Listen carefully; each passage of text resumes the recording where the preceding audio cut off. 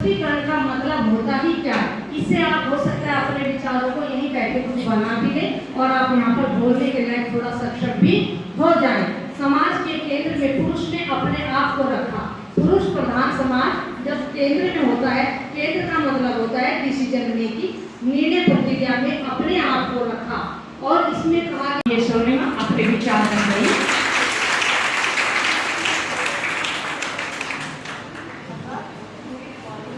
नमस्कार, मैं Swarnima ढुकलान BCom second year की छात्रा हूँ। यहाँ पे मौजूद सभी टीचर्स को, एक्चुअली मेरी हिंदी और इंग्लिश थोड़ी मिक्स है तो उसके लिए मैं सॉरी बोलना चाहती हूँ। यहाँ मौजूद सभी टीचर्स को मेरा गुड मॉर्निंग। आज का जो हमारा टॉपिक है वो है कि महिला सशक्तिकरण में शिक्षा की क्या भूमिका है। वैसे देखा जाए तो शिक्षा पुरुष और महिला दोनों के लिए ही ज़रूरी है, लेकिन महिला के लिए ज़्यादा ज़रूरी है, मैं ये मानती हूँ।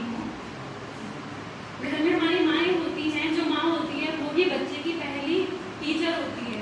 बोला भी जाता है कि पहली गुरु माँ ही होती है किसी भी बच्चे की। अगर वो माँ एजुकेटेड है, अगर आपकी माता पढ़ी लिखी हैं तो वो बच्चे को अच्छी शिक्षा देती है। अगर कोई बच्चा कभी फ्यूचर में कुछ गलत काम करता है तो बोला जाता है कि इसके मम्मी पापा ने इसे कुछ नहीं सिखाया होगा, शायद इससे घर में अच्छी एजुकेशन ही दी गई होगी। तो मुझे ये लगता है कि गर्ल्स के लिए एजुकेशन बहुत इम्पोर्टेंट है। गर्ल्स कहीं से भी, हम अगर एग्जाम्पल ले लें, उदाहरण ले लें, हमारे पास से लेके इंदिरा गांधी को ले लीजिए आप, या लक्ष्मीबाई को ले लीजिए, या अभी के टाइम पे देखिए लड़कियां किसी भी भूमि, मतलब किसी भी कोई भी ऐसा फील्ड नहीं है जहाँ लड़कियां पीछे हों। चाहे वो आप डिफेंस से रिलेटेड ले लीजिए या गवर्नमेंट उसमें ले लीजिए। जो मेरा डिपार्टमेंट है, मैं बीकॉम की स्टूडेंट हूँ, तो वहाँ 6 टीचर्स हैं, जिसमें कि सिर्फ 2 मेल टीचर्स हैं और 4 फीमेल टीचर्स हैं, जिसका रेशियो 2:1 है। ठीक है, तो ये भी एक बहुत बड़ा एग्जाम्पल है कि गर्ल्स कहीं भी पीछे नहीं है, किसी भी फील्ड में पीछे नहीं है। और यहाँ मौजूद जितनी गर्ल्स हैं, जितने बॉयज़ मौजूद हैं, मैं आपको एक बोलना चाहती हूँ कि हाँ, हमारे घर में या हमारे रिश्तेदारी में कई जगह आज भी ऐसा होता है कि लड़कियों को नहीं पढ़ाया जाता। क्योंकि अगर हर इंसान अपने में ये इम्प्लीमेंट किया है कि ग्राउंड लेवल में हर किसी से सीख सकता है, हमारे टीचर हो गए, हमारे माँ बाप हो गए, तो वो रियलिटी बता रहा हूँ। अगर वो जितना बुक से नहीं सीख सकता है ना, उतना ग्राउंड लेवल में सीख सकता है, क्योंकि बुक भी ग्राउंड लेवल से भी देखी जाती है। अगर देखी जाए, न्यूटन ने ग्रेविटी लॉ बनाया तो कौन सी मुझे बुक से बना रहा था, उसने भी ग्राउंड लेवल से सीखा है। तो उस लड़के की जो बात थी, वो ये 12 साल का उसके पापा का एक्सीडेंट हो रहा है, वो 12 साल का हमारी किसी से यहाँ जॉब करना है। सोचो उसकी लाइफ में कितनी कुछ बीत रही होगी। फिर भी हमारी लाइफ में सबकी इम्पोर्टेंट। साथियों, दोस्तों, मेरा नाम सूर्य वर्मा है और मैं मास कम्युनिकेशन का प्रथम सेमेस्टर का छात्र हूँ। आज हम सब यहाँ अंतर्राष्ट्रीय महिला दिवस के अवसर पर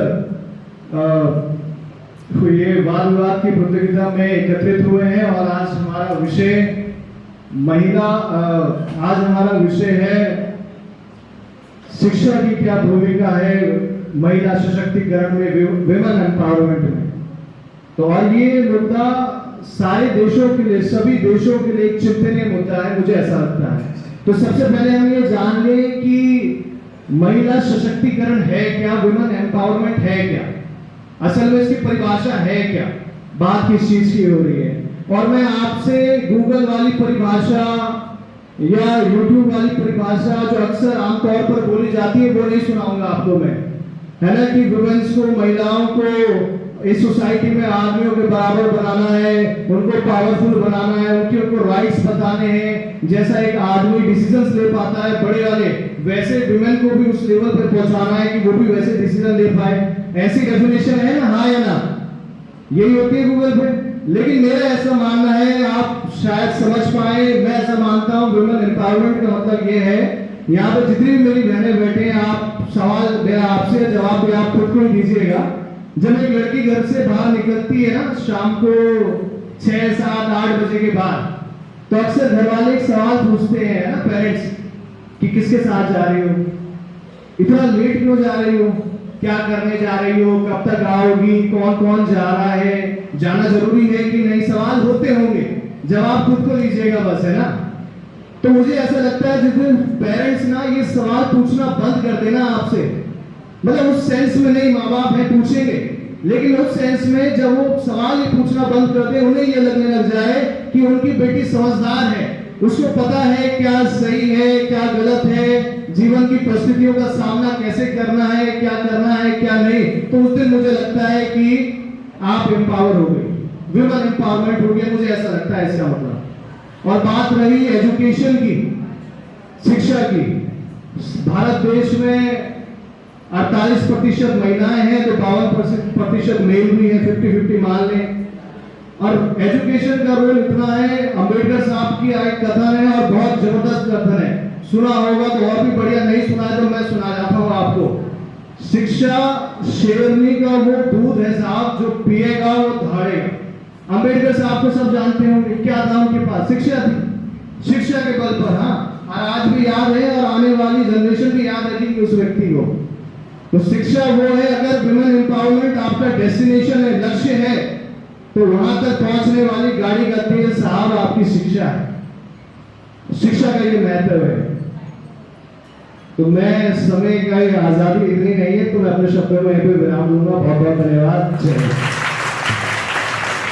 Ma'am, teacher, everyone present here. This is the first time I am talking here, so if I do a mistake, please grant me pardon for that. So, women empowerment. First of all, I think women are so special. Women are our first teachers. हमारी जो माँ होती है वो सबसे पहली शिक्षक होती है हमारे जीवन की. And why education is important in women's life especially, because I think education not only involves our school life and college life. I think education में सारे संस्कार, हमारा human behavior, हमारे संस्कार, हम किस तरीके से किसको ट्रीट करते हैं, वो सारी हमारी एजुकेशन में ही दिखता है. Education provides us strength. So for women especially, हमारा मोटिव सिर्फ ये नहीं होना चाहिए कि हम फाइनेंशियली इंडिपेंडेंट बने, बट आई थिंक हम मेंटली इतने स्ट्रॉन्ग बने, हम इमोशनली इतने स्ट्रॉन्ग बने कि हमें अपनी स्ट्रेंथ के लिए, अगर कभी भी लाइफ में हम कभी वीक पड़े तो हमें किसी और पे डिपेंड ना होना पड़े.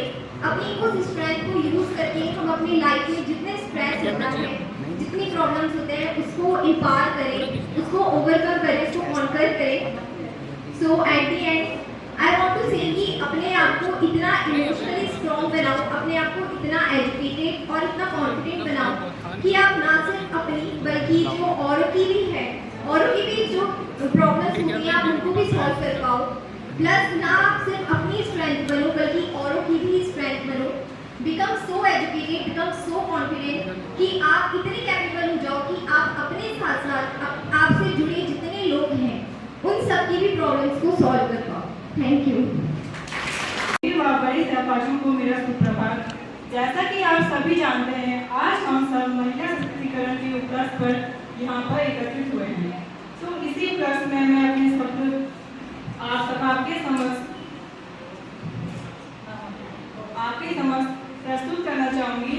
तो सबसे पहले हमें यह जानना होगा कि महिला सशक्तिकरण का अर्थ क्या है. महिलाओं की आर्थिक, राजनीतिक, सामाजिक, शैक्षिक, लैंगिक या आध्यात्मिक शक्ति में सुधार को महिला सशक्तिकरण कहा जाता है. आसान शब्दों में अगर महिलाएं अपने जीवन से जुड़े सभी फैसले स्वयं ले पाती हैं, आर्थिक रूप से दूसरों पर निर्भर नहीं होती और अपने अधिकारों के प्रति सजग होती हैं, तो इसे महिला सशक्तिकरण कहा जाता है. यह प्रश्न है कि महिला सशक्तिकरण शिक्षा की क्या भूमिका रही है, जो हमारा आज का टॉपिक है. तो शिक्षा ही महिलाओं को शक्ति प्रदान करती है. जो हमारी माँ होती है, हमारी फर्स्ट टीचर होती है. तो अगर महिला ही कभी शिक्षित नहीं होगी तो जो शिक्षा है, अगर एक महिला शिक्षित होती है तो पूरा समाज शिक्षित होता है. अगर घर में कोई भी प्रॉब्लम होती है, किसी की तबीयत खराब होती है, तो जो हमारी माँ होती है उसी का सबसे पहले उपचार करती है. अगर शिक्षा में महिलाओं को नहीं होगी, उन्हें यही नहीं पता किसी की तबीयत खराब हो, उन्हें कौन सी दवाई देनी है, उनका मैं आपके सामने सबसे पहले भारत का जो दर्शन है और अध्यात्म है, जो मैंने जितना समझा है, वो ये कहता है कि भारत के विश्व की जो धुरी है वो भारत है, और भारत की जो धुरी है वो गांव है, और गांव की जो धुरी है वो परिवार है, और परिवार की धुरी महिला है. और महिला का सशक्तिकरण होना बहुत जरूरी है, क्योंकि महिला अगर शिक्षित है तो परिवार भी जो है सुदृढ़ होगा, और समाज भी, और देश और राष्ट्र, ठीक है। और बाकी जो है आगे जो है आपको ये जानकारी भी होगी कि भारत में जो आंकड़े बताते हैं 2001 की जनगणना के अनुसार कि जो है भारत में महिलाओं का जो रेशो है 53% साक्षरता दर है, उसमें सिर्फ 50-46% लगभग जो है गांव में निवास करने वाले जो है महिलाएं हैं। इसका मतलब ये है कि 50% महिलाएं गांव में जो है शिक्षित है। तो इस दिशा में जो है भारत सरकार भी काम कर रही है, बेटी बचाओ बेटी पढ़ाओ अभियान है ना। और आर्टिकल हमारा 21A जो है सर्व शिक्षा अभियान की बात करता है।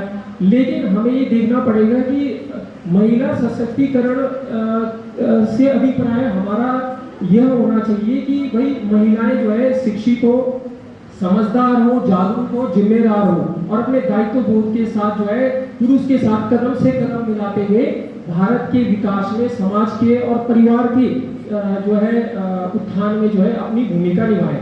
और देखिए नौकरी आजकल की एक विचारधारा है कि महिलाओं को जो है नौकरी पेशा या नौकरी करनी चाहिए। मेरा ये विचार है कि महिलाओं को आत्मनिर्भर बनने की शिक्षा देनी चाहिए, और जब मौका मिले परिवार में कोई आपत्ति आए, विपत्ति आए या समाज या राष्ट्र में, तो वो जो है अपने योग्यता कौशल के बल पे, अपनी शिक्षा के बल पे समाज के लिए, अपने परिवार के लिए, अपने राष्ट्र के लिए अपना उपयोगी सार्थक जो है जो उसका योगदान है वो दे सके।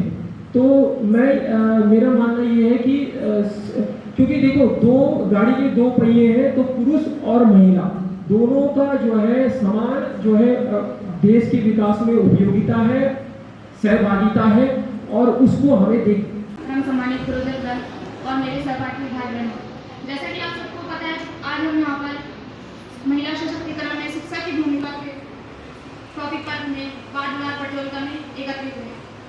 महिला सशक्तिकरण यानी महिला को शक्ति प्रदान करना, और वो शिक्षा जब महिला को प्राप्त होगी उसी के बाद उसे शक्ति प्रदान होगी।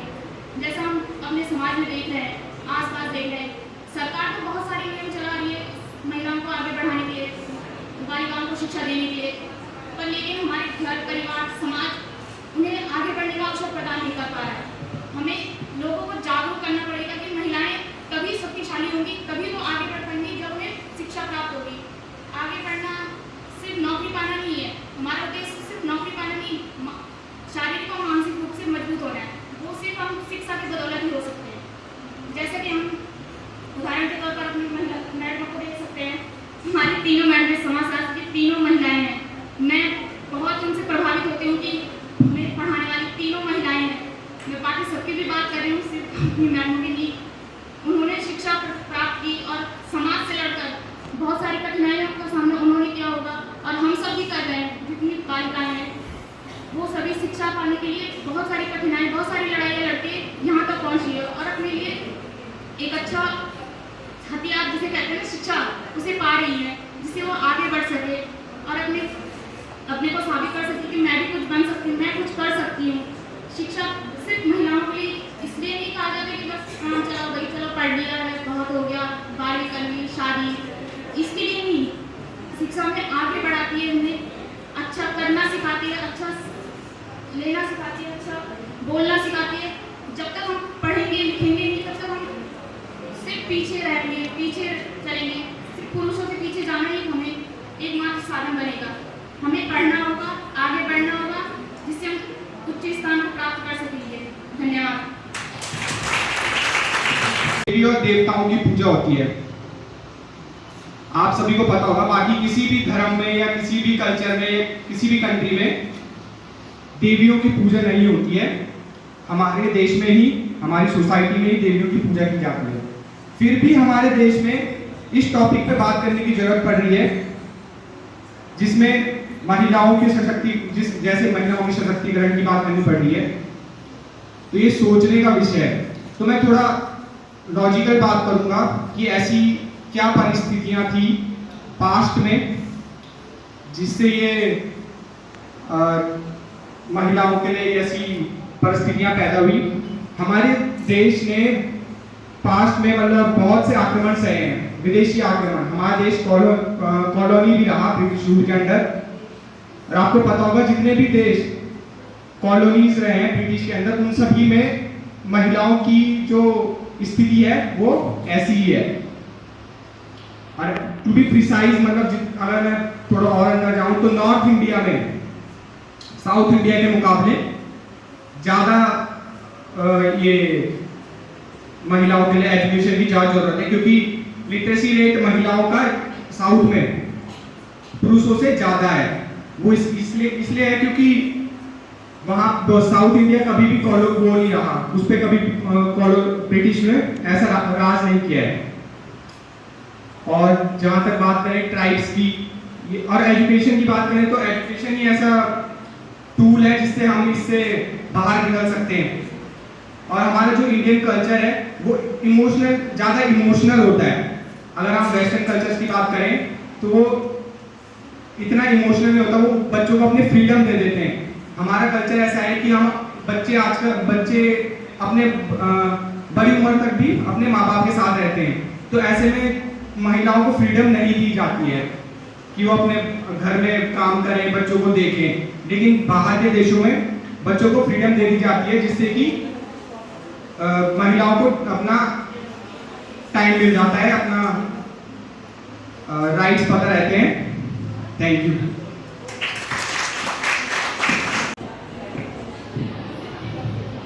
तू खुद की खोज में निकल, तू किस लिए हताश है।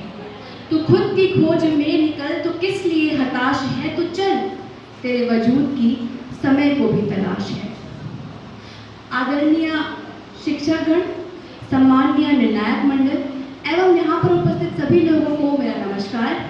मैं ईशा बिष्ट, मास कम्युनिकेशन की छात्रा, आज आप सभी के समक्ष महिला सशक्तिकरण में शिक्षा की भूमिका के विषय में अपने विचार प्रस्तुत करने जा रही हूँ। महिला सशक्तिकरण यानी महिलाओं की स्वतंत्रता, महिलाओं की समानता और महिलाओं के अधिकार, यही सब सुनते आए हैं हम आज तक। अब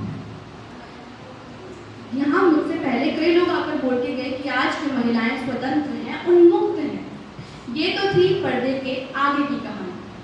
आज मैं आपको पर्दे के पीछे का दृश्य दिखाऊंगी।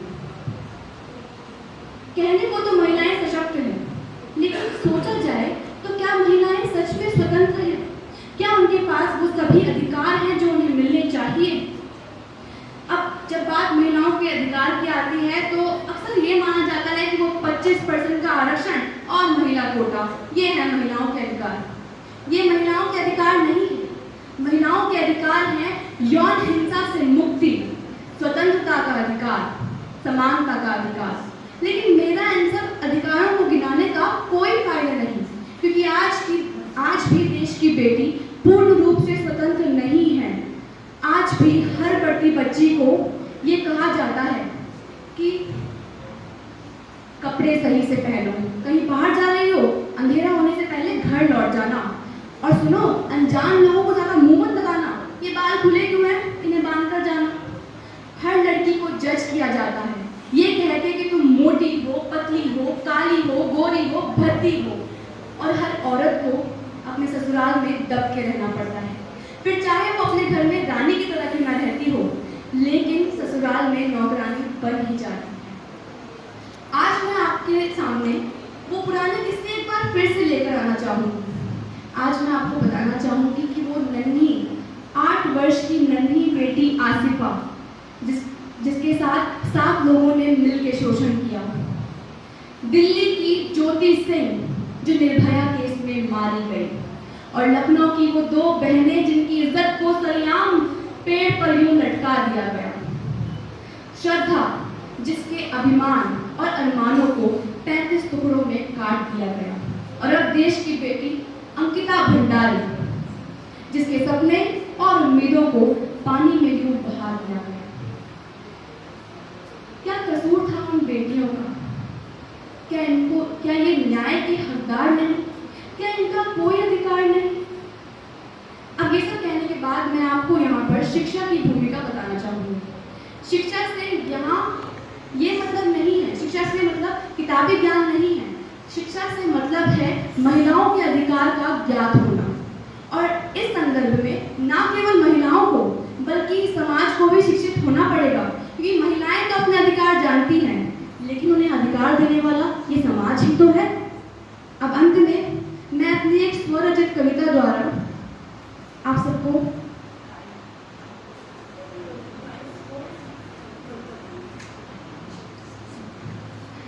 घर की शेरनी थी जो आज एक आहट से भी डर जाती है।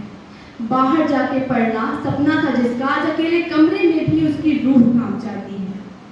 हल्का सा दुपट्टा सरकता तो बात चरित्र तक आ जाती थी, आज सरकाया गया है तो बात को दबाया जा रहा है। जन्म से एक लड़की होना ये तो उसका गुनाह नहीं, आज उसकी हालत देखकर अफसोस जताते हो, कल चीख चीख कर रो रही थी, तब क्यों तुमने सुना नहीं। पढ़ाने के चक्कर में बचाना भूल गए शायद, आत्मनिर्भर वो बने कैसे ये सिखाना भूल गए शायद। किसी की बुरी नजरें हैं उस पर तो भी उसी का दोष है, इतना जलील कर दिया है उसको कि उसे अपने बेटी होने पर अफसोस है। अब सवाल ये है कि जब गलती किसी और की है तो उसको क्यों पछताना पड़े, गुनहगार कोई और है अगर तो उसे क्यों मुंह ढकाना पड़े। बाहर तो सिर्फ वो खेलने के लिए गई थी, खेल उसी की जिंदगी के साथ हो गया, हंसती खेलती जिंदगी चल रही थी कल तक तो, और आज उसका हाल बदहाल हो गया। एक औरत की कोख से जन्म लेकर एक औरत की ही इज्जत उछालते हो, इतनी घिनौनी हरकतें करते हो और खुद को मर्द बताते हो। थोड़ी सी तो बची थी इंसानियत, उसको भी और कितना गिराओगे। ये मत सोचो कि खामोश है वो तो उसका फायदा तुम उठाओगे, क्योंकि उतनी ही मजबूत बनेंगी बेटियां जितना तुम उन्हें डराओगे। धन्यवाद। जैसे कि आप सभी को पता है हमारा टॉपिक है महिला सशक्तिकरण और उसमें शिक्षा की भूमिका। बहुत सारे लोग ज़्यादा शिक्षा को सपोर्ट कर रहे हैं, बट मेरा ऐसा मानना है कि शिक्षा ही एक अहम भूमिका नहीं निभा रही है। और इसलिए मैं ऐसा क्यों बोल रहा हूँ, हो सकता है कि मैं गलत बोल रहा हूँ, पर इसके पीछे मेरे कुछ खुद के मदद तरह के, और मैं आपको ग्राउंड लेवल पर अगर कुछ चीज़ें बताऊँ तो आप शायद इस बात से एग्री करेंगे कि शिक्षा ही जरूरी नहीं है। पहले अगर आप देखिए, अरस्तु का नाम सुना होगा आपने, इसे फादर ऑफ बायोलॉजी भी कहते हैं इनको, और इनका सबसे बड़ा तर्क आप देखेंगे तो ये नारियों को मानते ही नहीं है नागरिक, इनकी नजर में। और अगर आप मैकियावेली की बात करें तो ये कहते हैं कि जानवर और औरतों को सिर्फ छड़ी से कंट्रोल कर सकते हैं। और अगर गांधी की आइडियोलॉजी बात करें इंडिया में ही, तो ये कहते हैं कि अगर शिक्षा नीति अगर आप देखेंगे तो ये 8 के पास वुमेन्स को कहते हैं कि आप होम साइंस पढ़ो, तो आप कैसे मतलब करोगे। अगर आप इस बात से तो नहीं जिता सकते कि हम एक पुरुष प्रधान समाज में रह रहे हैं, तो पुरुष की सोच क्या है नारियों के लिए, कि आप देख सकते हैं इतने बड़े बड़े फिलोसोफर जो इस तरह की राय दे रहे हैं। और जैसे कि ईसा बिष्ट ने अभी सारी चीजें क्लियर की है कि वो समस्या झूठी क्यों है, या हमने खुद कहा कि नारी वही और आज भी वही, ऐसा क्यों है। सर्व शिक्षा अभियान तो कब से चल रहा है, तो क्या सिर्फ एजुकेशन ही एक मेन रोल कर रहा है इसमें? नहीं, ऐसा नहीं है। तो हमें कुछ अलग मतलब ग्राउंड लेवल पे चीजों को समझना होगा, और उस लेवल पे अगर आप देखेंगे तो पुरुष को चेंज करना होगा, क्योंकि हम पुरुष प्रधान समाज में रह रहे हैं, तो उसकी ओर हमें ज्यादा फोकस करना है। अभी क्या है, मतलब मेरा ऐसा मानना है कि पढ़ी लिखी औरतें तो अभी भी हैं, बट उनका साथ देना ही पुरुष को अभी भी नहीं आता है। मतलब वो है ना कहावत कि दूसरे की बीवी अगर बोले तो अच्छा लगता है कि हाँ ये समझ रहा है, खुद की हो तो डिवोर्स देके घर पे बैठा देते हैं। तो ऐसा होता है, ये प्रैक्टिकली आपको नहीं है तो बैकग्राउंड का देखेंगे आप तो ये चीजें हैं। तो क्या हम फिर भी ये मान लें कि शिक्षित करने से सारी प्रॉब्लम सॉल्व हो जाएंगी? मैं ऐसा नहीं मानता। हो सकता है कि मैं गलत हूँ, हो सकता है बहुत सारे लोग सही हों, पर मेरी यही राय है इस बात पे। तो यहीं पे खत्म करता हूँ। मेरी समझ में आज से 20 साल पहले जब मैं इलाहाबाद में पढ़ी रही थी, तो तब हमने एक पिक्चर देखी थी लज्जा, और मेरे लेते लेते समझ में आया कि सबल्टन अप्रोच क्या कहती है। जो पिछड़ों की तरफ से सोचने वाली जो एक अप्रोच चलती है, तो जब और वो मैं आप सबको कहती हूँ कि अपने मोबाइल पर उसको अपलोड करके आप ज़रूर देखें, डाउनलोड करें इस पिक्चर को, और उसका नाम है लज्जा। और तब आपको पता चलेगा कि महिलाओं की स्थिति किस प्रकार से समाज में होती है। तो अब जैसे मैंने पहले बुलाया था, और उसके पश्चात संजना,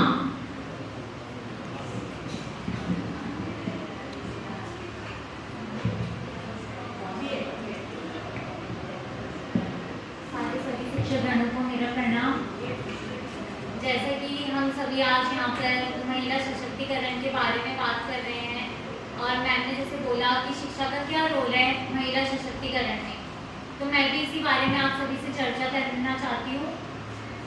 हम सब जानते हैं कि पहले हमारे प्राचीन काल में जो समय था उस टाइम महिलाएं कहीं से वंश ऐसे थे, सिंधु घाटी सभ्यता होगी, वैदिक सभ्यता होगी और बहुत से राजवंश ऐसे थे जहाँ पे मातृसत्तात्मक सत्ता थी।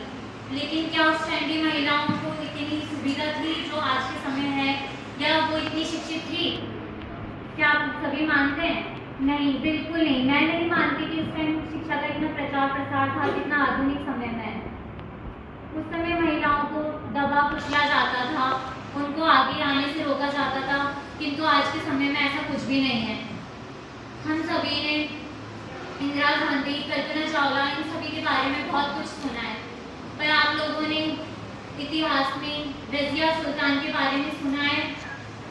मेरे ख्याल से बहुत से इतिहास के छात्रों ने सुना होगा, छात्र छात्राओं ने। वो ऐसी महिला शासिका थी रज़िया सुल्तान, वो भारत की पहली और अंतिम महिला शासिका थी। पर क्या आप लोग ये जानते हैं कि उनके पतन का कारण क्या था? उनके पतन का कारण जो माना जाता है वो ये माना जाता है कि वो अपने आप को स्त्री होना उनके पतन का सबसे मुख्य कारण माना जाता है, क्योंकि उस टाइम उनके अपने ही लोगों ने उनको दबाने कुचलने की प्रयास किए गए। लेकिन आज के समय में ऐसा कुछ भी नहीं है। हम महिलाओं को आगे आने के लिए बढ़ चढ़कर उनको प्रोत्साहित करते हैं।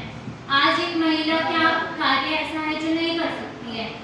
एक महिला घर से लेकर, परिवार से लेकर, अपनी नौकरी से लेकर हर एक जिम्मेदारी को बखूबी निभाती है। पुरुष तो कमाने को चले जाते हैं, मैं पुरुषों की तुलना महिलाओं से कम कर नहीं आंकूंगी, लेकिन आप सभी जानते हो पैसा कमाते हैं पुरुष, लेकिन महिलाएं अपने बच्चे, पति, सास ससुर सबकी सेवा करने के बाद अपनी नौकरी करती है, कितना कुछ करती है। तो मैं ये कुल मिलाकर ये कहना चाहती हूँ कि महिलाएं खुद को कमजोर ना आके अपने आप को, हम शक्तिशाली है और शक्तिशाली ही रहेंगी, और ये शिक्षा ही है जो हमें इस मुकाम तक पहुंचाती है। आज के समय में हम बात करते हैं जैसे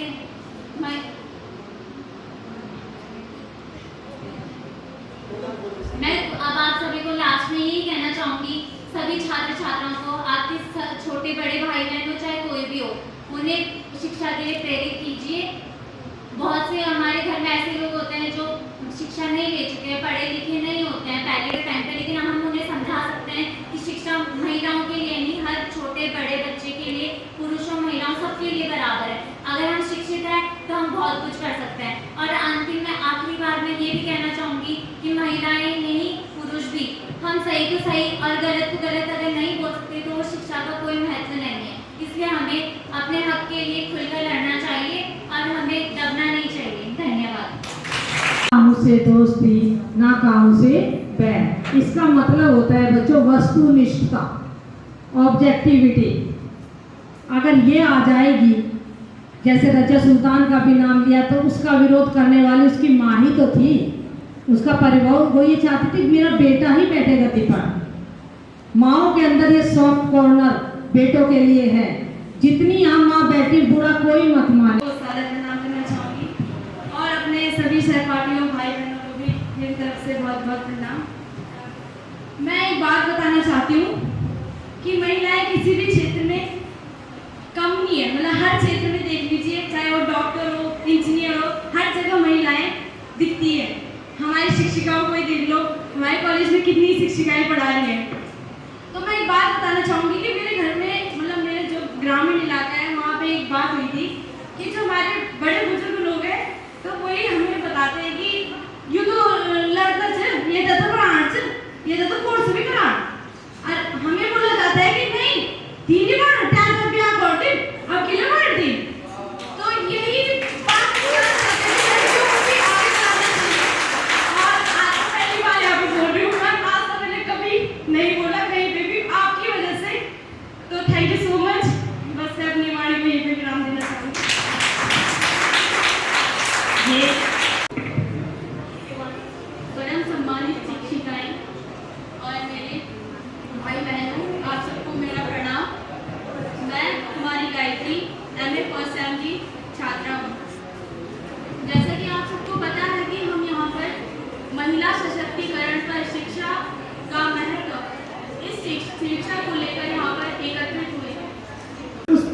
पर क्या बीती ये वही जाने।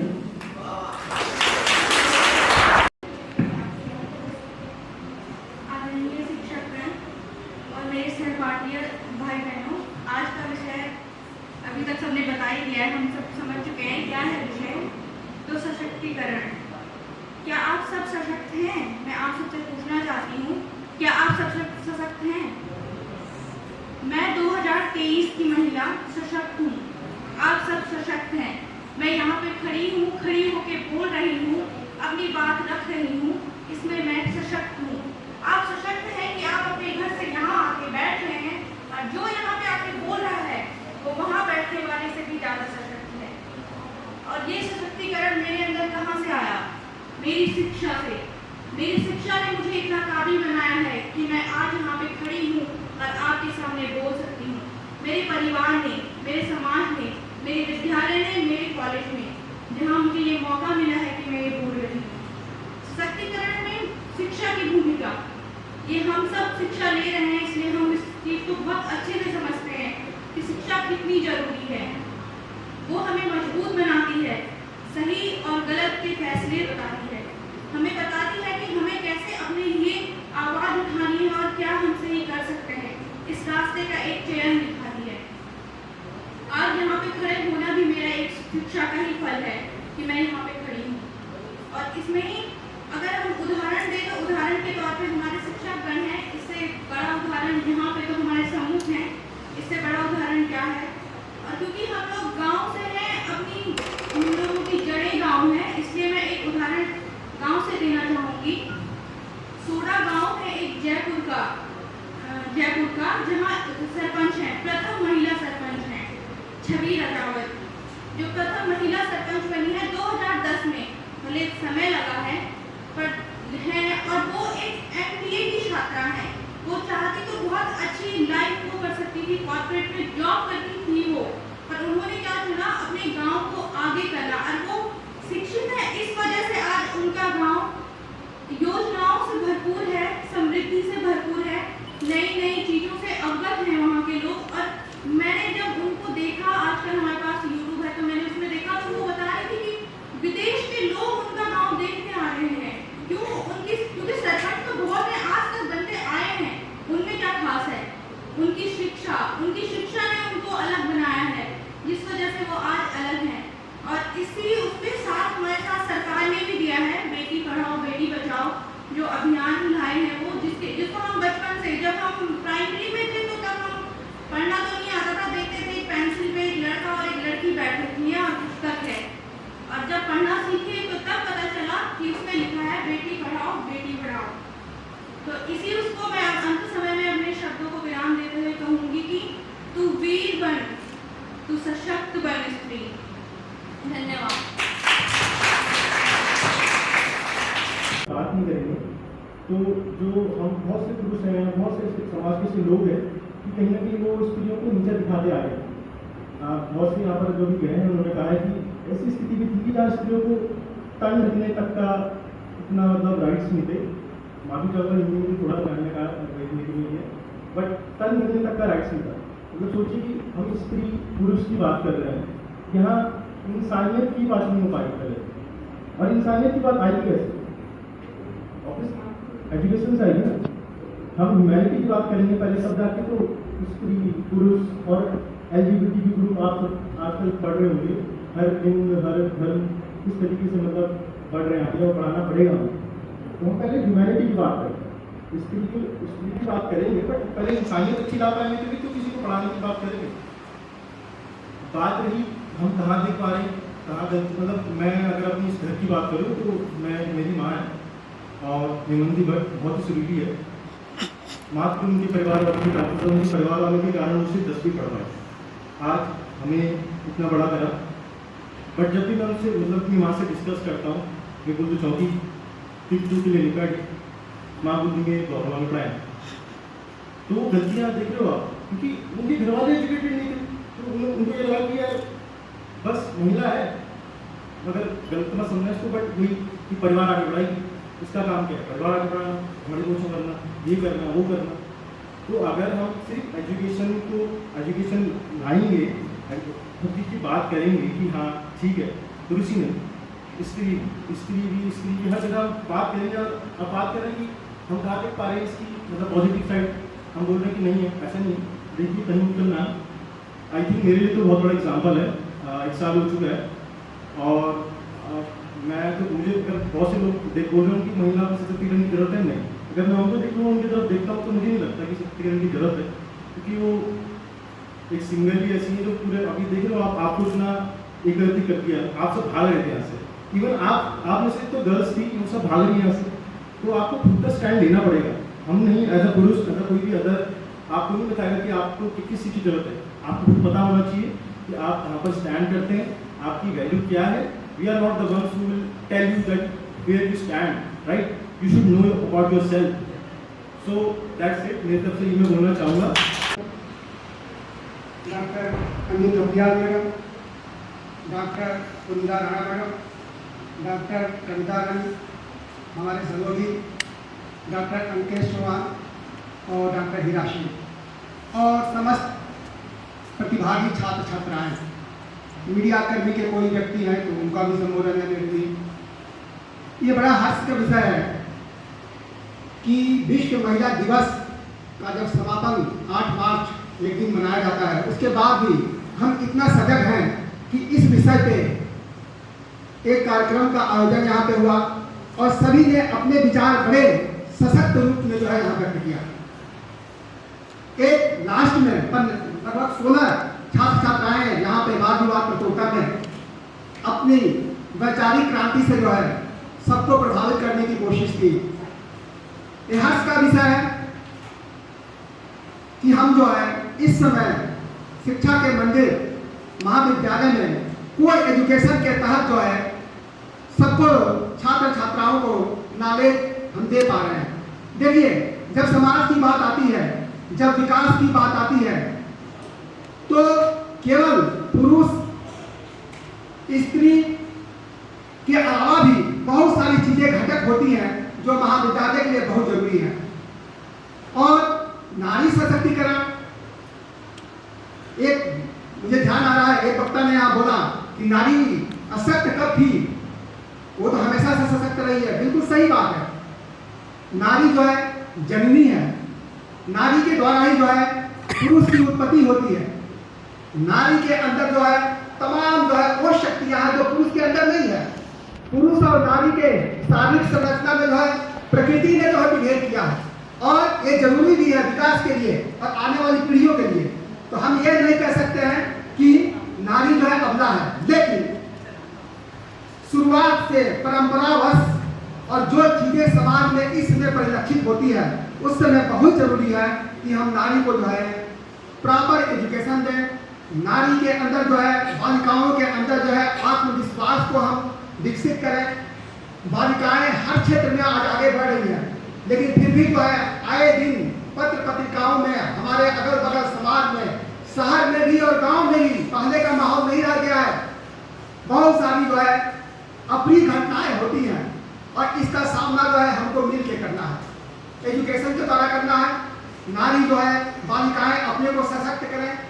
आजकल गूगल मीडिया और तरह तरह के जो है संचार माध्यम है, इसका सदुपयोग करना चाहिए। मैं ये यहाँ पे कहना चाहूँगा कि सदुपयोग करना चाहिए। बहुत सारी चीजें, अनर्गल चीजें हैं जो मीडिया में है, उससे बचना चाहिए, लेकिन जो चेतावनी है उसको भी जानना चाहिए। क्या बुरी चीज है उसके प्रति सजग रहना चाहिए। एक लड़की लास्ट में आई और कही कि मैं बोलना चाहती हूँ। मुझे बहुत अच्छा लगा।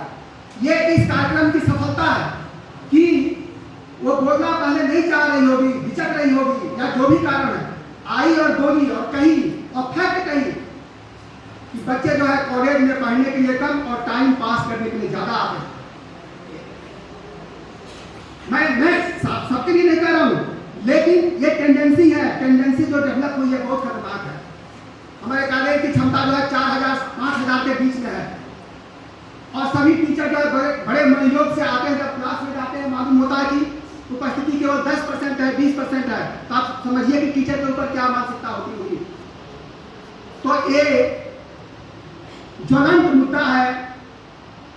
नारी जो है हमेशा से सशक्त रही है और आज का जो ये कार्यक्रम है, ये सफलता इसी बात से इंगित होता है कि सभी यहाँ पे हमारी साथी महिला प्रतिभागी भी जो है, हमारी जो है टीचर्स, सहयोगी टीचर्स भी जो है बड़े बेबाकी से जो है अपने मन की बात को यहाँ पे रखा। और शायद मैं अभी सुन रहा था कि तनु मैडम का नाम ले रहे थे और मैडम लोग का नाम ले रहे थे कि कितने अच्छे तरीके से जो है इन बच्चों को प्रभावित किए हैं, छात्राओं को, ताकि जो है वो अपने को एक तरह से मोटिवेशनल सेंटर के रूप में जो है मान रहे हैं टीचर्स को। इस अवसर पे मैं जानता हूँ कि समापन का समय हो गया है और आप लोग लंबे समय से बैठे हैं। एक छोटे से कविता के माध्यम से मैं अपनी बात को जो है आपके समक्ष जो है रखना चाहूँगा।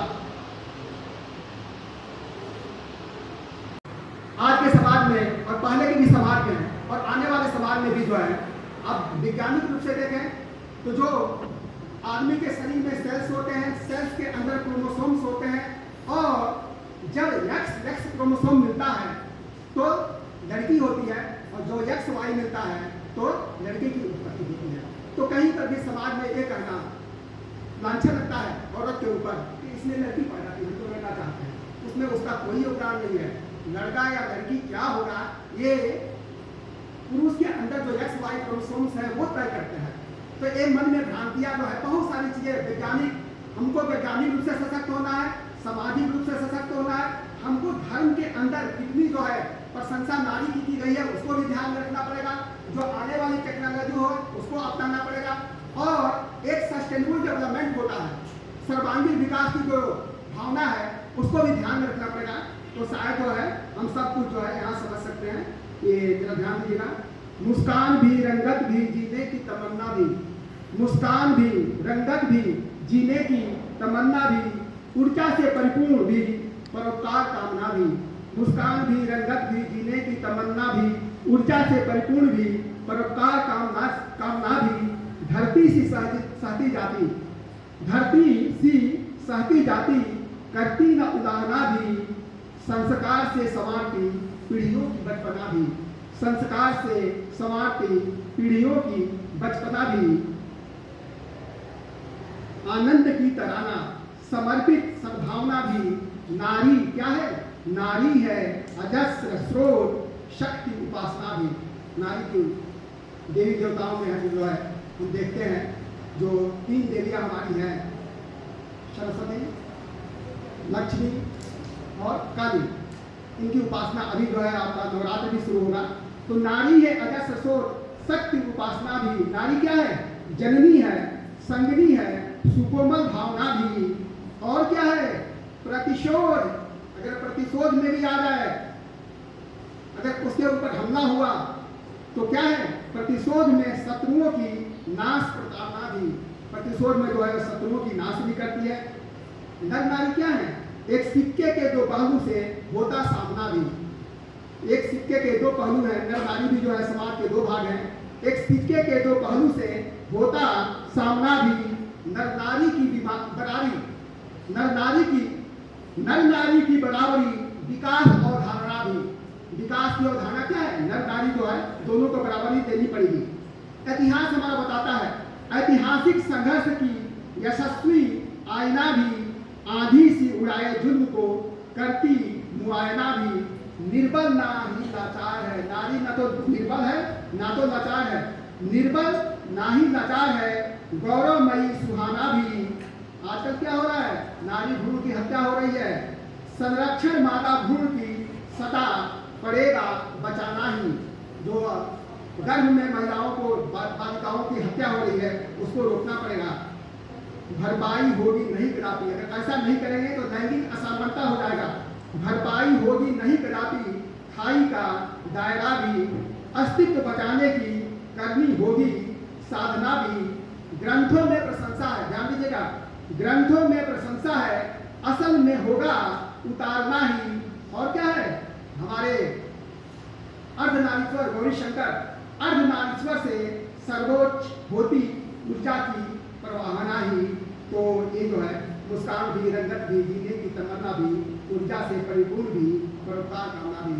तो ये छोटी सी कविता में मैंने पूरा का पूरा नारी की क्या स्थिति पहले थी, क्या अब है, क्या होनी चाहिए, इसको समाहित करने की कोशिश की है। इसी के साथ मैं पूरा जो है आयोजनकर्ताओं का बहुत बहुत धन्यवाद। और सबसे ज़्यादा आपको जो यहाँ पे बहुत ही बड़ी संख्या में और कोई भी डिस्टर्बेंस नहीं हुआ, मनोयोग से आप लगे रहे और इंटरेक्शन होना चाहिए।